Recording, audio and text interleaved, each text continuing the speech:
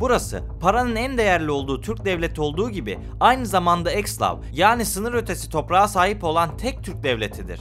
Suriye'deki Süleyman Şah Türbesi hala duruyor olsaydı Türkiye'de Ekslav toprağa sahip ülke olacaktı. Her neyse, Azerbaycan 86.600 km² yüz ölçümüyle neredeyse Konya, Ankara ve Sivas kadar bir alanı kapsamaktadır. Yine de Avrupa'daki pek çok devletten, hatta Benelux gibi birliklerden bile daha büyüktür. 10 milyonu aşkın nüfusuyla İsviçre, Sırbistan, Danimarka gibi ülkelerden nüfus bakımından daha kalabalıktır. Fakat bunların hepsi aslında buzdağının görünen kısmı. Aslında Azerbaycan'ın 30 milyona yakın nüfusu var ve toprakları 250.000 kilometreye yakın yüz ölçümüne sahip. Buzdağının görünmeyen kısmına seyahat etmeye ve bütün Azerbaycan üzerine konuşmaya hazır mısınız? Videoya 1200 beğeni bekliyorum. Bir Ekslav toprak olan Nahçıvan, Azerbaycan Cumhuriyeti'ne bağlı, Ermenistan ve İran'a komşu özerk bir cumhuriyettir. Cümleyi kurarken Türkiye demediğimi fark etmiş olmalısınız. Aslında Nahçıvan'ın bizimle olan ilişkisine ayrı bir parantez açmak istediğim için kısa bir cümleyi sıkıştırmak istemedim.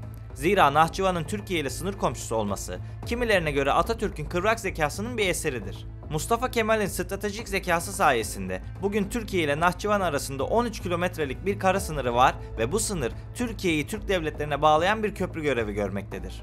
Fakat şimdilik konumuz bu değil. Geçmişte ne yaşanmış olabilir de Azerbaycan Ekslav toprağa sahip bir Türk devleti haline dönüştü? Aslında işin temeline inecek olursak gerek Nahçıvan gerekse Zengezur birer Azerbaycan toprağıydı. 1920'de Kızıl Ordu Azerbaycan'ı ve ardından Nahçıvan'ı işgal etti.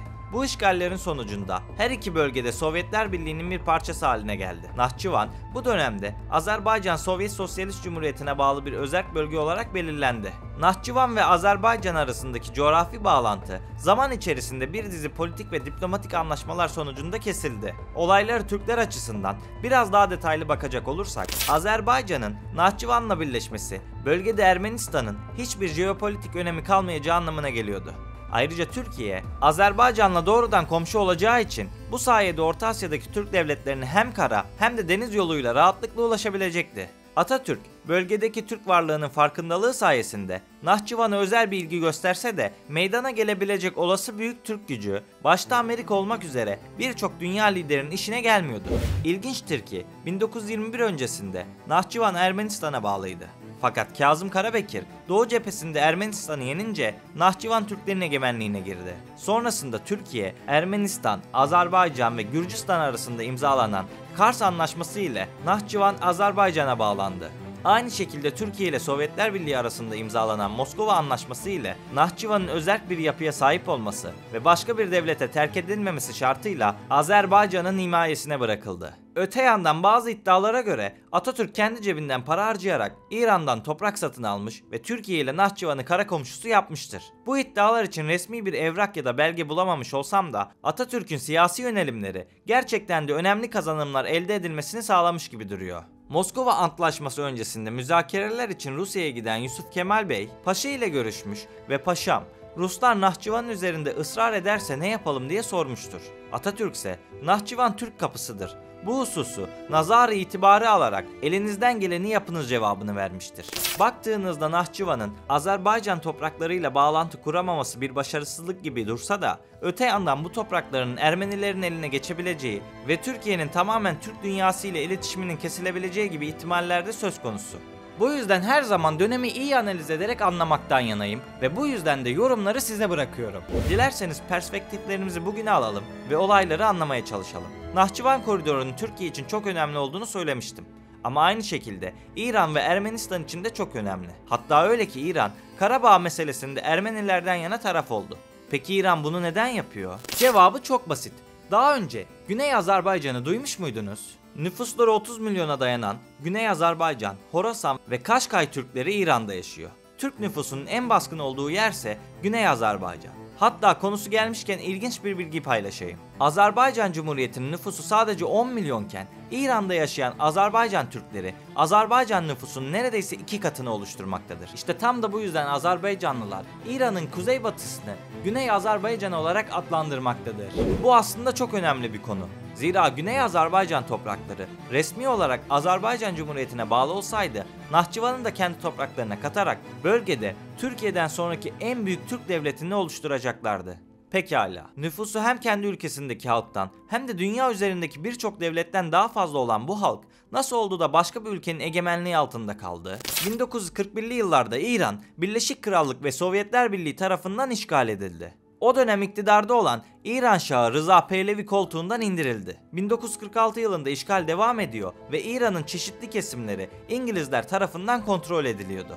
Ayrıca Kızıl Ordu da ilerlemeyi sürdürüyordu. Stalin ise etki alanını yeni bağımsız devletler oluşturarak arttırmayı amaçlıyordu. Tam da bu amaca dayanarak Güney Azerbaycan Cumhuriyeti kuruldu. Devletin başına yenilikçi ve aydın fikirleri olan Seyit Cafer Pişevari getirilirken merkez ise Türklerin en yoğun yaşadığı Tebriz şehri oldu. Fakat Amerika'nın baskıları sebebiyle Sovyetler Doğu Avrupa'daki çıkarları karşılığında bölgeden çekilme kararı alınca Azerbaycan Milli Hükümeti İran'ın ordusu karşısında çaresiz kaldı. Aradan geçen süre zarfında Azerbaycanlılar çeşitli direnişlerde bulunsalar da başarılı olamadılar ve yüz ölçümüne göre neredeyse 2 tane Azerbaycan yapan 150 ila 200 bin kilometre karelik alanı kapsayan bu coğrafya, İngiltere ve Sovyetlerin bölgeden çekilmesini destekleyen ABD'nin sebep olduğu sonuçlar yüzünden İran'a bırakıldı. Sonrasında İran Şahı Muhammed Pehlevi, Azerbaycan Türkçesi ile eğitim veren tüm kurumları kapattı. Ebu'l-Fez Elçibey döneminde Pan-Türk siyasi söylemi ve Azerbaycan'ın birleşme düşünceleri, İran'ın Azerbaycan'la ilgili endişelerinin şekillenmesinde belirleyici rol oynadı. İran'da Azerbaycan sınırlarına yakın yaşayan milyonlarca Azerbaycan Türk'ü devlet işlerinde ve ekonomik alanlarda önemli pozisyonlar aldığı için bu tarz milliyetçi yaklaşımlar İran'daki Türklerin geleceğini etkileyebilecek söylemlerdi. Bundan böyle İran, ülkesindeki Türk nüfusun fazlalığından dolayı Azerbaycan'dan gelebilecek olası tehditleri engellemek için Ermenistan'la güçlü bir ortaklık kurmayı tercih etti. İran ve Azerbaycan'ın ikili ilişkilerini bunun gibi olumsuz etkileyen birçok konu var. O konulardan birisi de Azerbaycanlılara Azeri denmesi. Azerbaycan Türkleri kendilerine Azeri denilmesinden nefret ediyor diyebilirim. Bence Azeri kelimesinin İngilizlerin bize Hindi anlamına gelen Turkey kelimesini söylemesinden hiçbir farkı yok. İkisi de bir halkı aşağılamak için planlanmış ve tarihi dayanağı olmayan söylemlerdir. Azeri kelimesi İlber Ortaylı'ya göre Stalin tarafından uydurulmuş bir kelime. Hocanın bu konuyla alakalı ilginç bir demeti de mevcut. Azerbaycanlı başka, Azeri başka.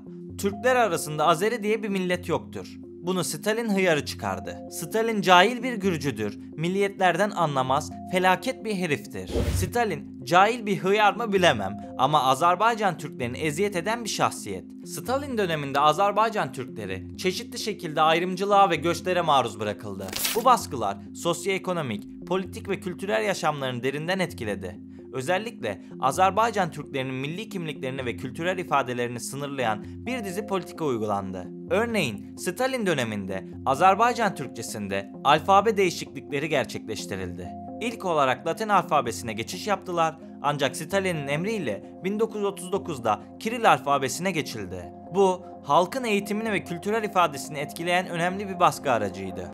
Çünkü dili ve yazı sistemini değiştirmek bir halkın kültürel ve tarihi bağlarını zayıflatma girişimidir. Ayrıca 1938 yılına kadar buradaki kişilerin kimliklerinin milliyet kısmında Türk yazıyorken 1938'den sonra Azerbaycanlı olarak değiştirildi. Bunun yanında Stalin dönemi geniş çaplı politik baskılar ve sürgünlerle de anılır. Birçok Azerbaycan Türk'ü düşman halk olarak etiketlenerek sürgün edildi. Ayrıca bu süre zarfında Azerbaycan'ın bazı bölgeleri de Ermenistan'a verildi. Ki o kısma zaten değinmiştim. Stalin'in uydurmuş olduğu Azeri kelimesi günümüzde Farslıların kullanmış olduğu bir kalıp haline geldi. Azerbaycan Türkleri, Azerilerin İran'da yaşayan Fars etnik grubuna ait olan insanlar olduğunu söylüyor.